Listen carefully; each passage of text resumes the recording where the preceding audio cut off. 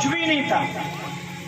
कोई स्कूल में पढ़ने नहीं गई, कोई कॉलेज में पढ़ने नहीं गई। मीराबाई किसी कॉलेज में नहीं गई थी, लेकिन आज मीराबाई के गाए हुए पद बड़ी बड़ी डिग्री दिलाते हैं। सूरदास जी ने कभी कॉलेज नहीं देखा, लेकिन सूरदास जी का गाया हुआ पद आज बड़ी बड़ी क्लासों में समझाया जाता है।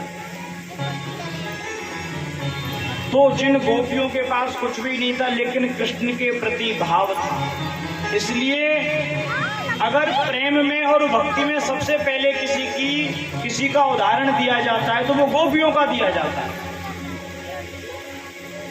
दूसरे उद्धव जी थे।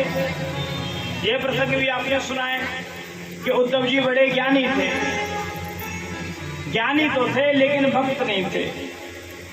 कृष्ण बोले भैया तू ज्ञानी तो बहुत है, लेकिन परमात्मा को जितना सरल भक्ति से प्राप्त किया जाता है उतना ज्ञान से प्राप्त नहीं होता। तो भागवत में ज्ञान को दूसरा स्थान दिया गया है, पहला स्थान भक्ति को दिया गया। जो पहले भक्त बन जाए उसके बाद वो ज्ञानी बन सकता है, लेकिन कोई पहले ज्ञानी बन के बैठ जाए उसको भक्त बनने के लिए बहुत कुछ परेशानियां उठानी पड़ती है। इसलिए पहले ज्ञानी नहीं, पहले भक्त बनिए। और तीसरे घाट का नाम क्या है? बोले तीसरा शब्द क्या है? बोले भाग बा है। बा क्या सिखा रहा है भैया हमको? बोले बा ने सिखाया वैराग्य। वैराग्य किसे कहते हैं भाई? वैराग्य की परिभाषा क्या है? वैराग्य किसे कहा जाता है? आज भी कह देते हैं भैया हमें तो वैराग्य हो गया है। किससे हुआ है भैया वैराग्य? अपने आप से वैराग्य हुआ है कि घर के सामान से वैराग्य हुआ कि नाती बेटों से वैराग्य हुआ? वैराग्य हुआ किससे? वैराग्य कहते किसे? किसी को पता है? वैराग्य का बड़ा वर्णन है। वैराग्य उस अवस्था का नाम है जो त्याग से नीचे होती है और ज्ञान से ऊपर होती है। जैसे कि हमको पता चल ही गया कि आम मीठा होता है, तो ये ज्ञान हुआ कि नहीं हुआ? आम मीठा होता है ये हमको ज्ञान ने बताया, वैराग्य ने तो नहीं बताया। हमने किताब पढ़ी, हमने स्वाद लिया, तो जिह्वा ने हमें ये ज्ञान कराया कि आम मीठा होता है। अब खाई जाओ आम को, खाई जाओ, कितना भी खाओ। अब खाते खाते आम को महाराज हमारे अंदर ये बात आई भैया कितना भी खा लो इसके अंदर एक ही स्वाद है, इससे पृथक स्वाद है ही नहीं। भाई आम नमकीन तो नहीं लग सकता है, मीठा आम खाओगे तो मीठा ही लगेगा, नमकीन नहीं लग सकता। तो ये हमारी आत्मा ने हमको उपदेश दिया भैया इसको कितना भी खाइए मीठा ही लगेगा तुम्हें। इसका मतलब आत्मा की तृप्ति हो गई उससे, और जब वस्तु से तृप्ति हो जाती है उस अवस्था का नाम है वैराग्य। वैराग्य का मतलब ये नहीं कि घर छोड़ के जंगल चले गए, घर में रह के भी अगर घर से अलग रहे। कमल का फूल आप सबने देखा हो, अथवा नहीं देखा हो तो देख लेना, खिलता कहाँ? बोले सरोवर में खिलता है। जहां अथाह पानी होता है वहां कमल खिलता है, लेकिन कमल के फूल के ऊपर में पानी नहीं रहता है। खिलता कमल पानी में ही है, लेकिन अपने ऊपर पानी की एक बूंद भी नहीं रखता।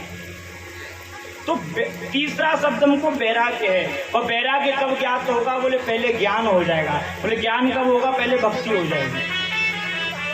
तो भागवत के 3 शब्द, पहला शब्द हमको भाव और भक्ति सिखा के गया, दूसरा शब्द हमको ज्ञान सिखा के गया, और तीसरे शब्द ने हमको वैराग्य सिखाया। अब चौथी जो अवस्था होती है वो वैराग्य के बाद की होती है। भाई वैरागी तो हर व्यक्ति बन सकता है, लेकिन भागवत का अंतिम शब्द है त्याग। किसी चीज से जब तक वैराग्य नहीं होगा हम उस चीज को त्याग नहीं सकते। जब तक वैराग्य नहीं होगा उसे हम त्याग नहीं सकते। जैसे कि किसी वयोवृद्ध का बेटे अपमान करते हैं, बहू बेटे, तो उसको ये पहले ज्ञान हुआ कि इन्होंने मेरा अपमान किया, तो पहले मन में क्या इच्छा जागृत हुई कि इनसे मेरा लेना देना ही क्या है। अब इनका परिवार हो गया तो अब मुझे इनको छोड़ देना चाहिए। पहले ये मन में भाव बना, वैराग्य जागृत हुआ। लेकिन कई बार वैराग्य कई प्रकार का होता है। मरकट वैराग्य होता है। बंदर है, एक डाली पे नहीं बैठ सकता है, कभी इधर बैठेगा, कभी उधर बैठेगा, कभी इधर बैठे, कभी उधर बैठेगा। तो वो मरकट वैराग्य होता है कि जब अपमान हुआ, जब वैराग्य हुआ, जब किसी ने गलत बोला, जब वैराग्य हुआ।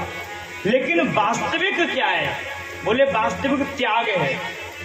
वो चौथी पीढ़ी है, एकदम चौथी लेवल का नाम है त्याग। सब कुछ एकदम छोड़ने की जब मन में भावना जागृत हो जाए, वह त्याग होता है। भागवत जी में ये चारों ही शब्द हैं और इन्हीं चारों शब्दों को उदाहरण रूप से इसमें लिखा गया। इन चारों शब्दों की व्याख्या को श्रीमद् भागवत जी में लिपि रूप में लिखा गया। भागवत जी के चारों शब्दों ने हमको भक्ति ज्ञान वैराग्य त्याग की शिक्षा प्रदान की। अब भागवत जी को हम बोलते हैं। भागवत जी का परिचय आपको दिया जाए। भागवत जी में 12 स्कंद हैं, 335 अध्याय हैं। भागवत जी की रचना करने वाले श्री वेदव्यास जी महाराज, भागवत जी के प्रधान वक्ता श्री सुखदेव जी महाराज, प्रधान श्रोता राजा परीक्षित, यही भागवत जी के अंदर है।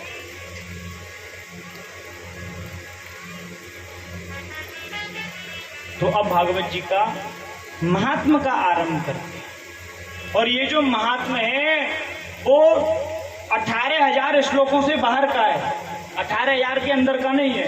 ये महात्म लिया गया है महाराज पद्म पुराण से।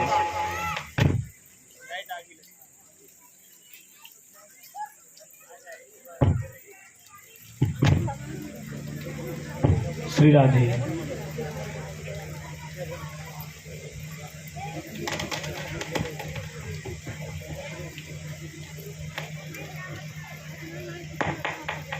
श्री राधे, श्री राधे।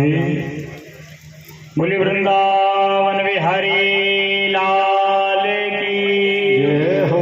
श्री वृंदावन धाम की जय हो। जय जय श्री राधे।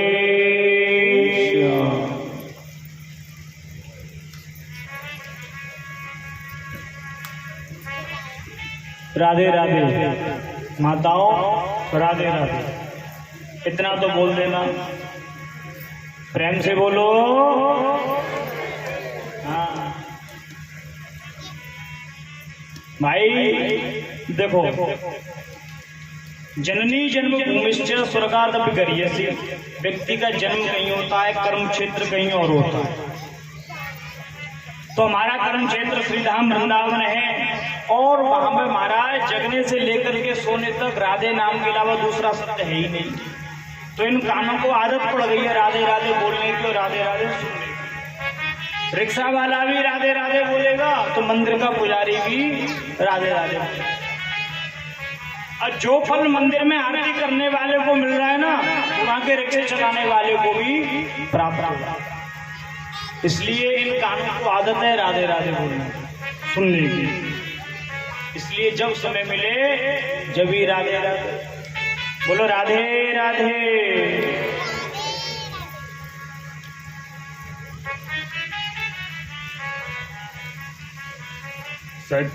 सच्चिदानंद रूपाय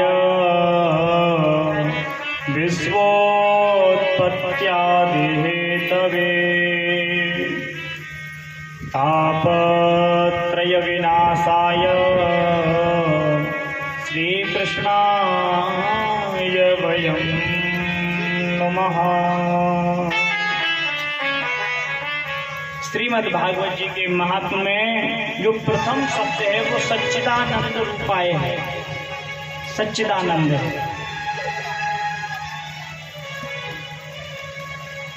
देखो बड़ी बड़ी विचित्र बात है, भागवत जी में लिखा है सच्चिदानंद। अब इस सच्चिदानंद की लोगों ने खंड किए, तो लोगों ने खंड किया इसका, तो सच की जगह सत कर दिया। भाई भागवत जी में लिखा है सच, और खंडाकार करने वालों ने इसको कर दिया सत, तो चाकोता बना दिया। भाई चाकोता शास्त्र में नहीं बनाया है, दूसरे शास्त्र से, व्याकरण शास्त्र से इस चाकोता बनाया है। सत दूसरा शब्द बोले चित्त, और तीसरा शब्द बोले आनंद। सच्चिदानंद स्वरूप परमात्मा का है, जिसमें से सबसे पहला जो शब्द है वो सत्य है। और सत्य की परिभाषा तो लोगों ने बहुत की है, सत्य की परिभाषा तो लोगों ने एक नहीं बड़ी बड़ी की है, और करने वाले इसमें महाराज कई दिन बोलते हैं सत्य के ऊपर। अब वास्तविक सत्य का स्वरूप हर व्यक्ति अपनी बुद्धि के अनुसार उसका अनुमान लगाता है। सत्य क्या है? बोले सत्य परमात्मा है। बोले सत्य क्या है? तो बोले तुलसीदास जी ने लिखा है धर्म ना दूसर सत्य समाना। कैसे लिखा है महाराज तुलसीदास जी ने? धर्म न दूसर सत्य समाना।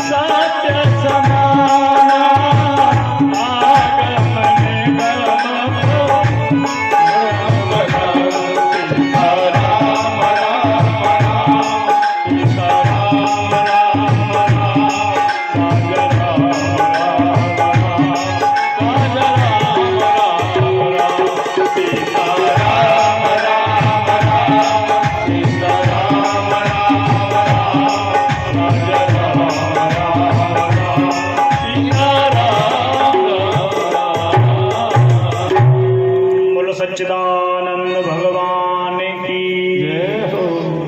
तो भागवत जी का पहला ही शब्द है सत्य। तो बोले सत्य का स्वरूप धर्म है, और धर्मो नारायणो साक्षात। धर्म ही साक्षात परमात्मा नारायण है। तो बोले धर्म भी कैसा होना चाहिए? बोले सत्य स्वरूप धर्म होना चाहिए। भाई अगर हम ये कहें कि केवल सत्य बोलना ही श्रेष्ठ है,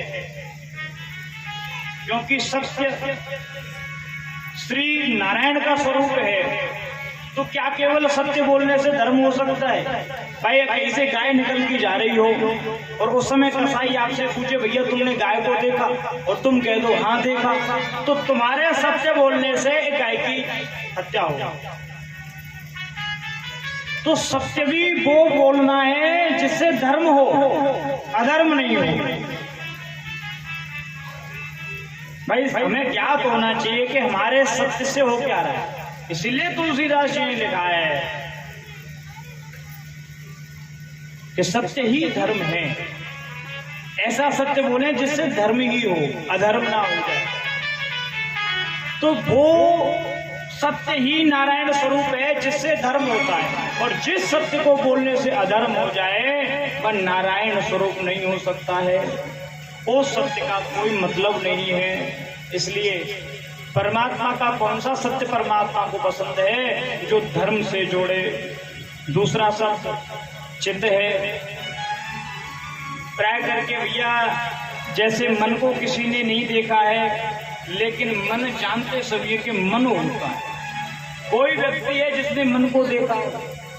भाई शरीर में हाथ नाक कान पैर तो सबने देखे हैं, लेकिन 11वीं जो इंद्रिय है मन की इंद्रिय है, उस मन को किसने देखा है? लेकिन फिर भी व्यक्ति हर बात पे कहता है कि फलाना काम करने में मन नहीं लगता है, ठिकाना काम करने में मन नहीं लगता है। अबे जिस मन को देखा ही नहीं है उसके लिए इतने परेशान क्यों? भाई देखा हो तो परेशान होना सही है, और देखा हो तो उसका इलाज भी हो सकता है। भाई जिस चीज को देखा ही नहीं उसका इलाज कैसे करेंगे? हाथ में फोड़ा हो जाए तुम दवाई लगा लोगे, और मन में फोड़ा हो गया तो पहले तो वो मन नहीं दिख रहा है, दूसरा उस मन का फोड़ा नहीं दिख रहा है, तो इलाज कैसे हो? उस मन को इसमें लगाएं कैसे? तो जैसे मन को कोई नहीं देख सकता है, इसी तरह ये दूसरा शब्द है चित्त। मन का ही पर्यायवाची समझ लो इसको। हमें कोई भी कार्य, ये आंखें हैं, दिन में उजाले को देखती, रात में अंधेरे को देखती। हम कोई भी कार्य करते हैं तो उसमें सबसे पहले चित्त होना, मन का लगना आवश्यक है। और मन कब लगेगा? अच्छा, मन लगता कहाँ है? जहां व्यक्ति को आनंद आता है। भाई तीसरा शब्द क्या है? सच्चिदानंद, सत्चित आनंद। तो मन कहाँ लगेगा? बोले जहां आनंद होगा, और जहां आनंद नहीं होगा वहां मन नहीं लगेगा। अब बड़ी सी विचित्र बात, बोले आनंद क्या है? भाई अब आनंद कैसे समझे? तो आनंद के भी कई पर्यायवाची हैं। जैसे मूल रूप से जो प्राय करके प्रचलन है, बोले सुख का उल्टा दुख होता है, निर्धन का उल्टा धनवान होता है, विद्वान का उल्टा मूर्ख होता है। लेकिन आनंद का उल्टा क्या है? आनंद का उल्टा बोले भैया निरानंद। बोले आनंद तो अपनी जगह ही है, निरा तो तुमने लगा दिया। बोले परमानंद। बोले परम तो तुमने लगा दिया। बोले महानंद। बोले महा तो तुमने लगा दिया। आनंद तो अपनी जगह है, आनंद का उल्टा क्या है?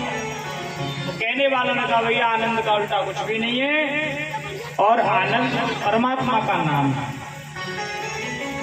लेकिन हम संसारी व्यक्ति हैं, हमें सुख में ही आनंद नजर आ जाता है। हमें सुख में आनंद नजर आता है।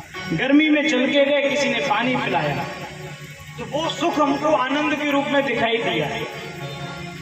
किसी ने अच्छी व्यवस्था करके दी तो वो सुख हमको आनंद के रूप में दिखाई दिया। लेकिन वास्तविक आनंद बोले परमात्मा का स्वरूप है। बोले मन वहीं लगता है जहां आनंद होता है। यदि सुख में मन लग जाए तो देखो, थोड़ी देर पहले कुछ खाया, बड़ा अच्छा लगा तो मन उसमें लग गया।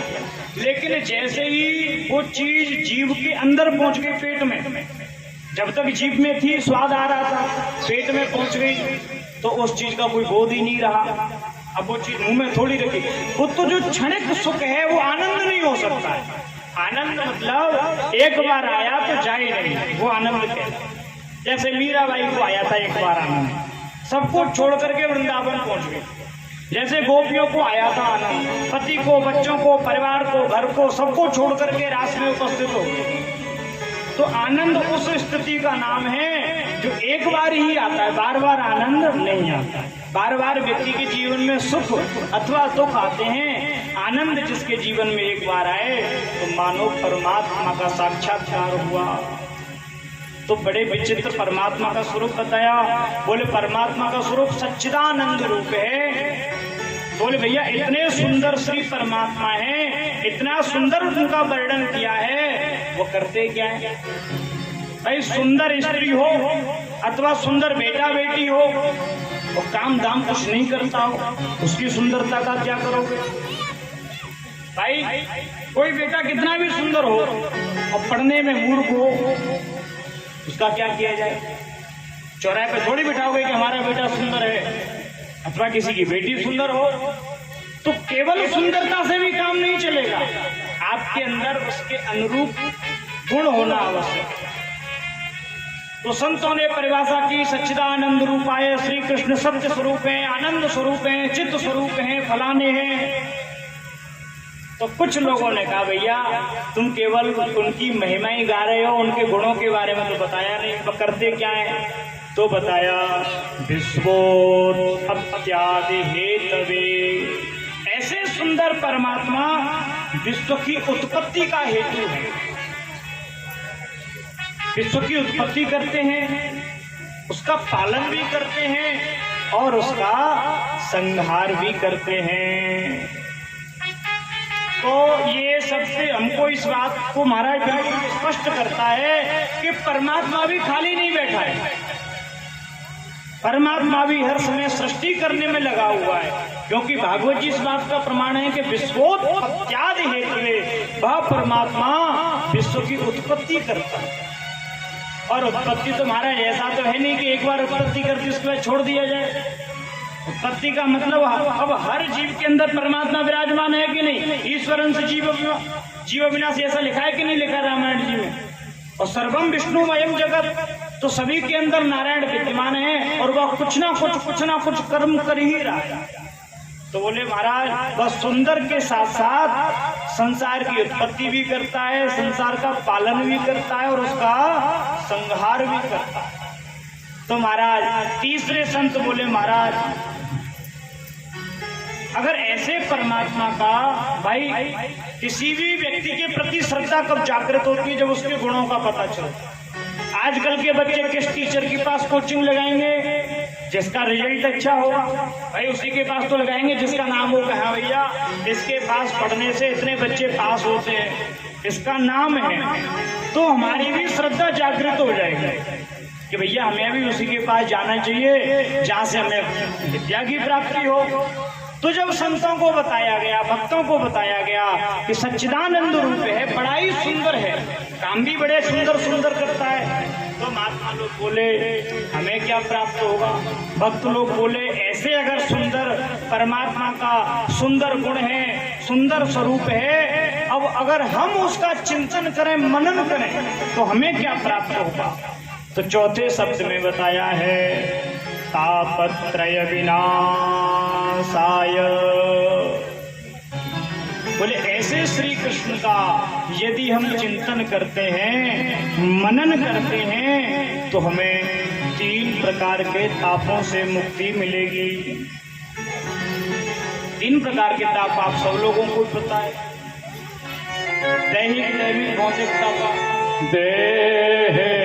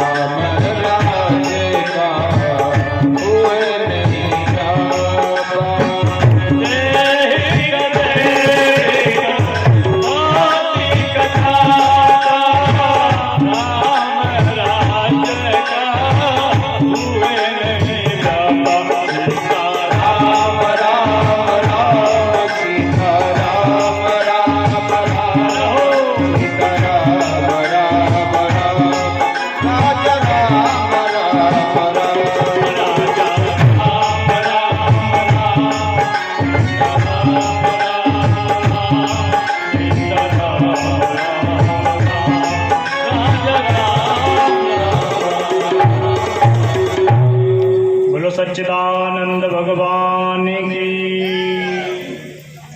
तो बोले भैया तापत्रय विनाशाय, यदि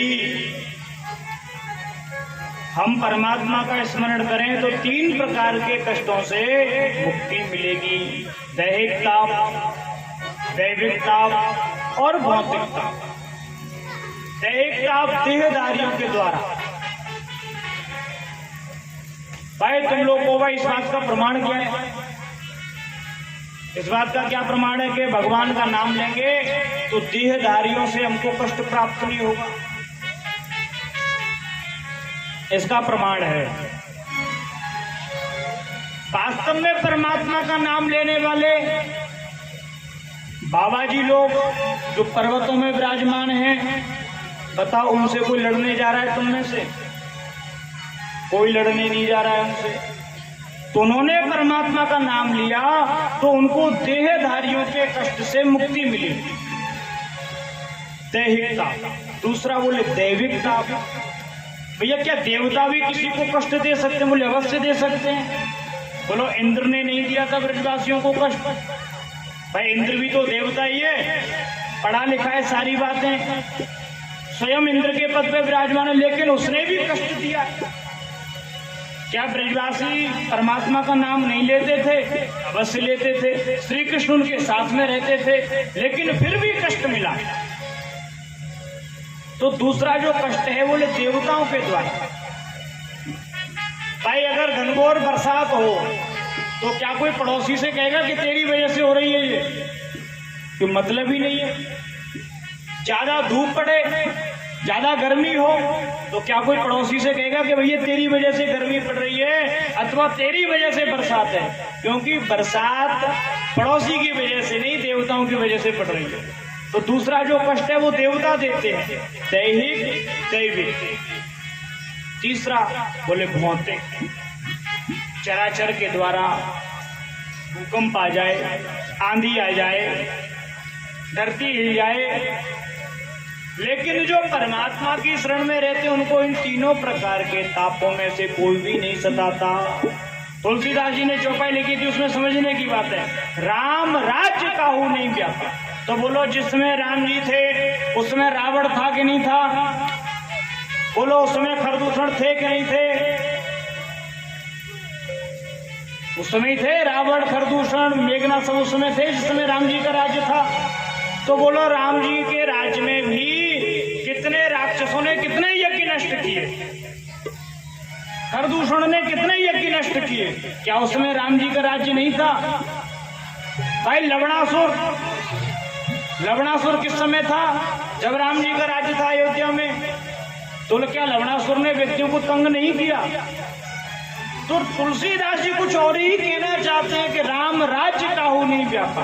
अब राज्य का मतलब क्या है? किसी भूमि के टुकड़े को नहीं कहा गया उन्होंने राज्य। शायद तुलसीदास जी ये कहना चाहते हैं जिसके हृदय रूपी राज्य में, जिनके हृदय रूपी भवन में श्री राम जी का राज्य चलता है, उस व्यक्ति को कष्ट नहीं होते। भाई राम जी का राज्य भी था, कितने जीवों की हत्या की रावण ने, मेघनाथ ने, कुंभकर्ण ने, कितने लोगों को सताया। श्री कृष्ण का राज्य था, कितने लोगों को सताया गया। लेकिन जिनके हृदय पे, जिनके मन में श्री परमात्मा का राज्य चलता है, श्री कृष्ण नाम का राज्य हो, श्री राम नाम का राज्य हो, तो उसको ये तीन प्रकार के ताप नहीं सताते हैं। तो जब बड़ी ही सुंदर व्याख्या की, फिर सभी लोगों ने कहा श्री कृष्णाय वयं नमः। बोले ऐसे श्री कृष्ण को हम अकेले नहीं, हम सभी मिलकर के प्रणाम करते हैं। तो पहला जो श्लोक है उसमें भगवान के रूप को बताया गया, श्री परमात्मा के गुणों को बताया गया और फल को भी बताया गया और अंत में प्रणाम किया गया। और आजकल स्थिति उल्टी हो गई है, पहले व्यक्ति कुछ करके नहीं दिखाता है, पहले सम्मान का भूखा है। भाई तू पहले अपना परिचय दे, तेरे पास क्या है, जब सामने वाला तेरा सम्मान करेगा। लेकिन आजकल व्यक्ति, घर में कोई मेहमान आ जाए, तुमने कितना अच्छा खिलाया इसको ध्यान में नहीं देगा। अगर आपने उसको दंडवत नहीं की, हाथ जोड़ के मतलब राम राम श्याम श्याम नहीं की, वो उस बात को नोटिस करके ले जाएगा घर पे, फलाने के जाके फलाने ने हमसे राम राम नहीं करी। तो आज व्यक्ति सम्मान का भूखा है, पहले उसको सम्मान चाहिए।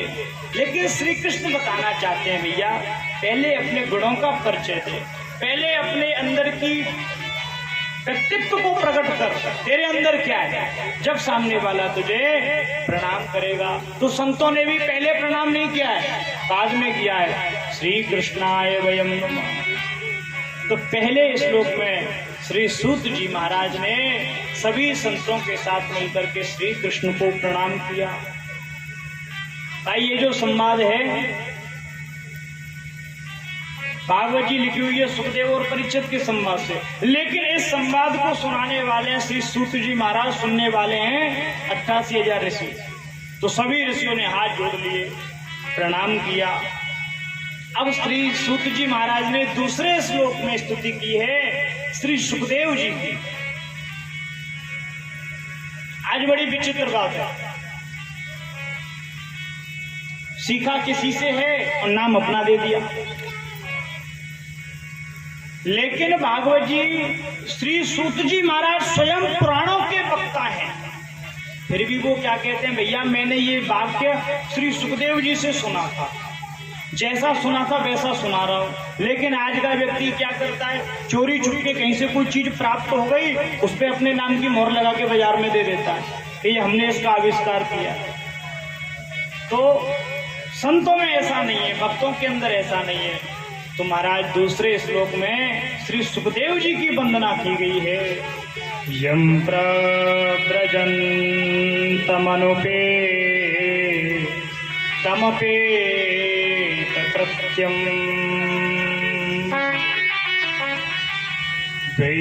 द्वैपायनो विरहता तरया जुहाव।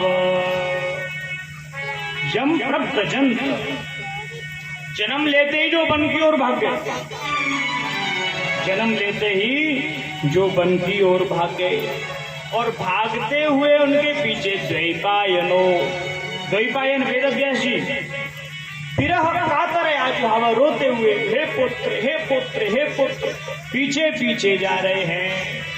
लेकिन सुखदेव जी नहीं लौटे। पुत्रेति तन्मतया तरवोभिनेन्दु, पुत्र में इतनी तन्मयता हो।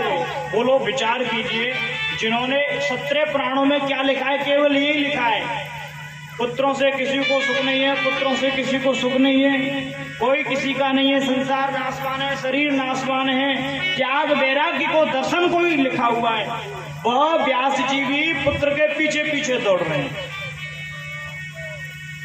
भाई जो दुनिया को ज्ञान दे रहे हैं वो भी पुत्र के पीछे दौड़ रहे हैं, जिन्होंने एक बार नहीं कई बार ये बताया है कि महाराज ये संसार तो नाशवान है, कोई किसी का नहीं है। लेकिन ऐसा लिखने वाले वेदव्यास जी रोते हुए दौड़ रहे हैं इसके पीछे। कारण क्या रहा भैया? और वो पुत्र उनको पीछे मुड़ के देख भी नहीं रहा है। यही भगवान की माया है, यही भगवान की माया है कि सब कुछ लिखने के बाद भी पुत्र के पीछे पीछे दौड़े। और ऐसे सुखदेव जी सर्वभूत हृदयम मुनिमान तोस्मी, सभी संतों के हृदय में निवास करने वाले ऐसे सुखदेव जी को हम लोग नमन करते हैं। भाई सुखदेव जी कैसे हैं? बोले जन्म लेती वन की ओर भागे, पिताजी आए रोकने के लिए लेकिन रुके नहीं, दौड़ते चले गए। सूत जी महाराज ने सभी संतों के साथ मिलकर के श्री सुखदेव जी को नमन किया। अब आगे की कथा आरंभ होती है। भाई ये जो संवाद है नैमिषारण्य की पावन भूमि पे चल रहा है। उत्तर प्रदेश में ये सीतापुर जिले के अंतर्गत नैमिषारण्य गंगा जी का तट है।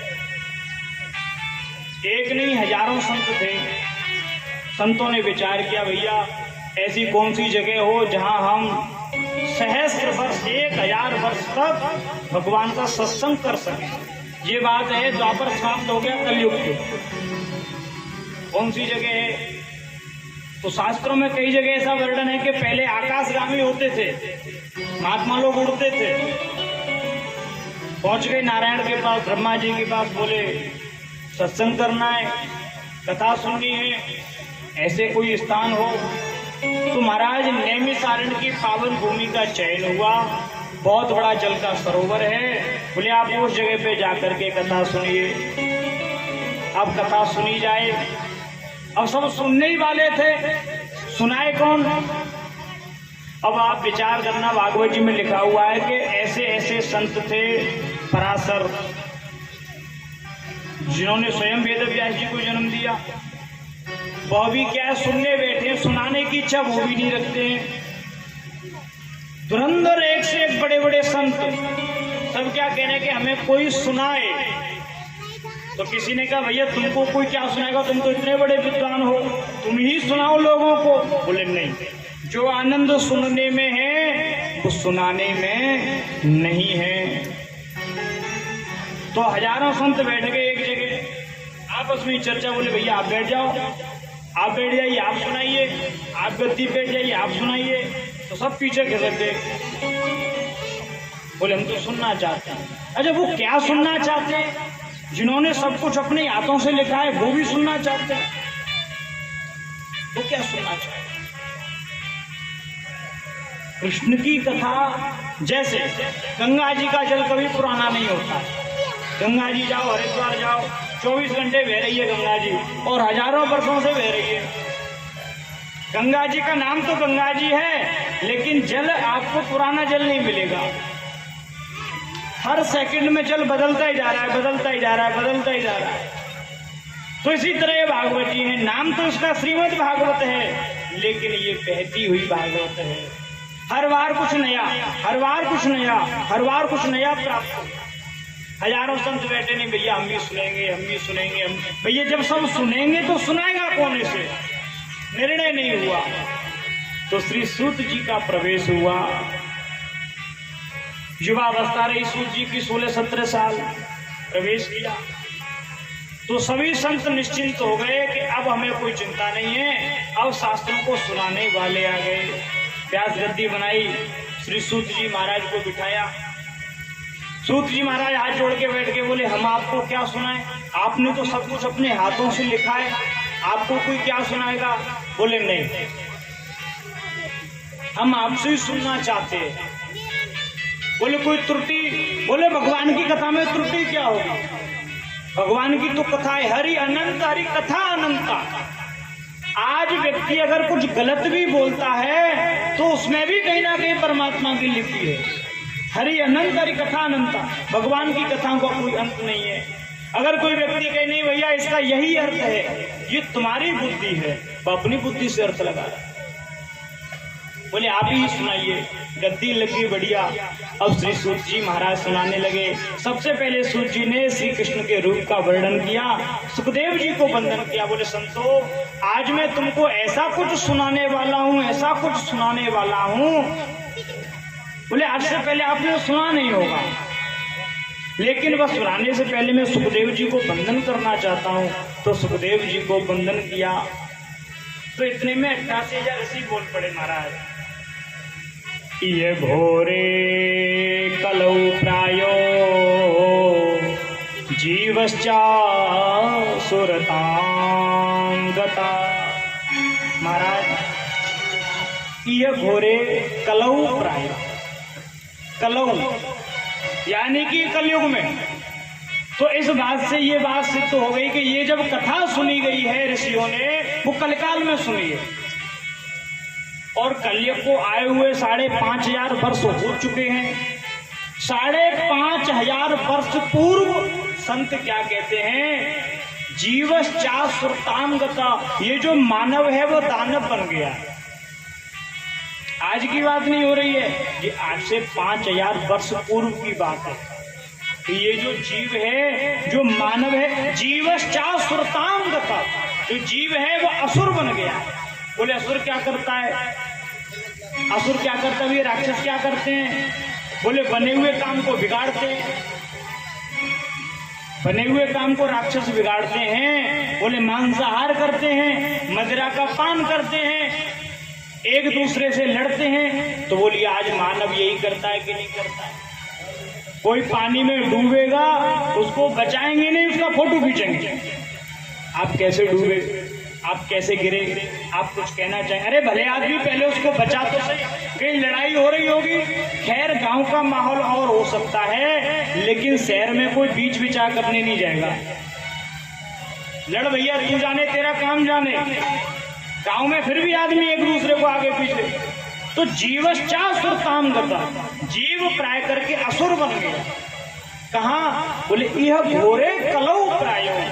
इस घनघोर कलयुग में जो मानव है वो दानव बन गया है, जो जीव है वह असुर बन गया। देखो इसी संदर्भ में एक उदाहरण आता है। आज व्यक्ति क्या है, देखो यहाँ पे जीव की बात लिखी है, जीव। अब जीव बोलने से केवल मानव की बात नहीं होगी भाई। जीव तो पशु पक्षी भी जीव में आते हैं, 4 पैर वाले भी जीव में आते हैं, 2 पैर वाले, रेंगने वाले सब जीव की गति में आते हैं। तो जीवश्चा सभी जीव असुर बन गए। लेकिन भगवान की रचना में सबसे श्रेष्ठ रचना मनुष्य की बताई गई है। सबसे श्रेष्ठ क्या है? बोले मानव की योनि सबसे श्रेष्ठ है।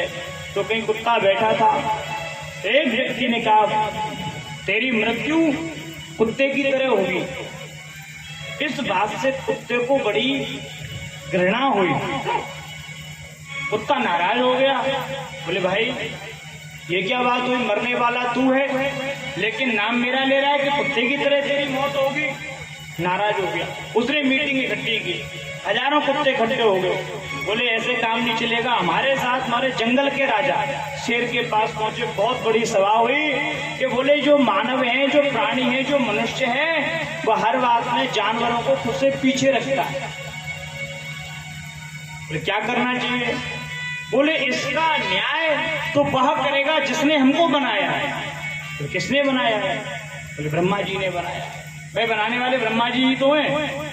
मानव को भी, दानव को भी, राक्षसों को भी, देवताओं को भी, सबका ब्रह्मा जी से निकास है। तो बोले चलो। अब महाराज सभी जानवर ब्रह्मा जी के पास पहुंचे। बोले नीचे मृत्यु लोक में पृथ्वी पर तो बड़ा अत्याचार हो रहा है। बोले क्या अत्याचार है? बोले हमको भी आपने बनाया, उनको भी आपने बनाया, लेकिन ये 2 पैर वाले हैं जो 4 पैर वालों को जिंदा नहीं रहने देते हैं। गाय के 4 थन होते हैं जिसमें से एक थन को बछड़ा पीता है, लेकिन ये 2 पैर वाले चारों थनों का दूध निकाल लेते हैं। बछड़े के लिए कुछ छोड़ते ही नहीं है।